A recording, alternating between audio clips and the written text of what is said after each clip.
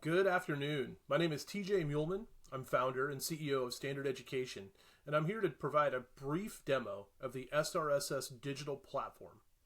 The SRSS is an incredibly powerful and simple tool for evaluating students for both internalizing and externalizing behaviors. It works seamlessly within the multi-tier system of support framework and is widely adopted across several hundred schools around the world.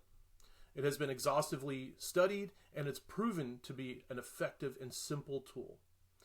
What we're going to show you today are some very simple and easy to use technology tools for collecting the data at the teacher level, analyzing the data at the district level, and then providing action items on what to do with that data.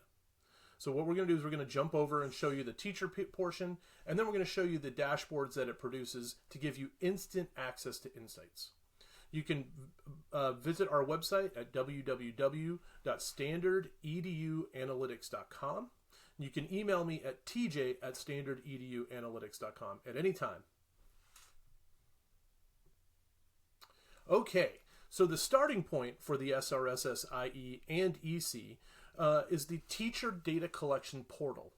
This is a secure and easy to use platform that's accessible on your desktop, your iPad, or your smartphone, making it easy for teachers to quickly and effectively screen their students. You can see here that the way this works is the teacher starts by selecting a student that they're going to screen. And you'll notice that one of the students is grayed out, and that's because that student has been opted out by the district.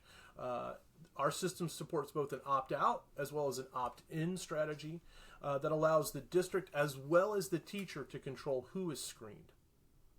From there, it's really straightforward. There's only 12 questions, and each one of them follows the exact questions that are in the SRSS-IE as well as the SRSS-EC. The teacher will go through each question and answer them on a scale of never, occasionally, sometimes infrequently.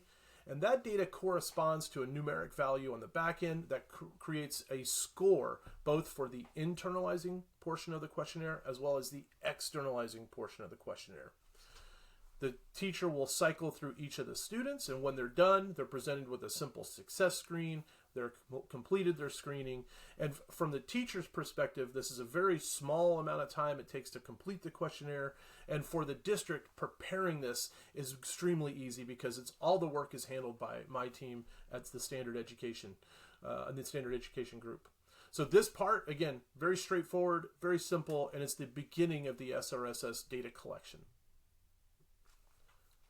Once the data is collected, it flows seamlessly into these interactive real-time dashboards. What that basically means is you don't need to wait for the screener to be completed to actually access the data. You can start to see trends both at the district level, at the school level, the classroom level, all the way down to the individual student level.